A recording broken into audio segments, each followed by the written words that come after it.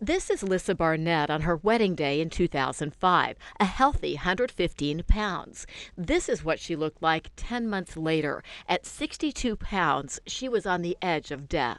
I couldn't take a bath because it was way too painful to sit on a hard surface. My hair was just falling out by the clumps, but I had like hair all over my arms and on my face. That was her body just trying to keep her warm. She was always chilled to her bones, which were painfully bulging out through her skin. Her heart, liver, and kidneys were starting to fail. I had no muscles in my legs, so I couldn't like stand up from it. Her husband tried to help her, but she pushed him away. Her sister stepped in, and Lissa ended up in a treatment center in Arizona for 3 months.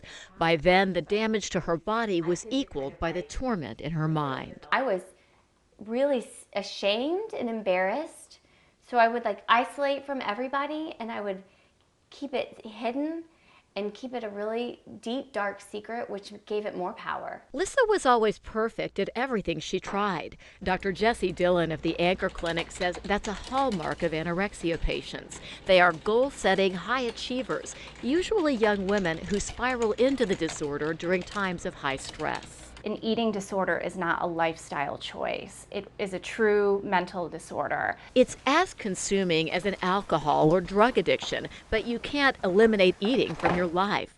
Often, people with anorexia make harsh rules about food. My bad foods list grew. It grew and grew to finally, my good food list was lettuce with salt, 2 bites of an apple. Now, if I only took 1 bite of an apple, the next day I would never be able to take 2 bites again. As their bodies starve, their minds become prisons where thoughts of food block out normal life. You know, I would obsess about it. I'd go to the grocery store and I'd walk up and down the aisles and I'd read all these labels and imagine eating it, but know that I would never eat it. The longer that the patient kind of continues with this pattern and it goes undetected, then the more difficult it becomes as far as treatment. Dr. Dillon believes people need to know more about the grave physical dangers of anorexia. Lissa now has osteoporosis at age 33. Her internal organs survived, but she can't have children. Still, her message is one of hope. Her husband saw her through the darkness that could have destroyed their marriage. They now have Isaiah, an adopted son who they feel was meant for them. She's determined to keep fighting for a happy, healthy life. I see the freedom, but I don't know how to let go of this.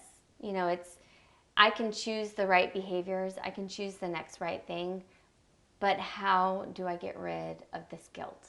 Or how do I get rid of this demon that's in my head?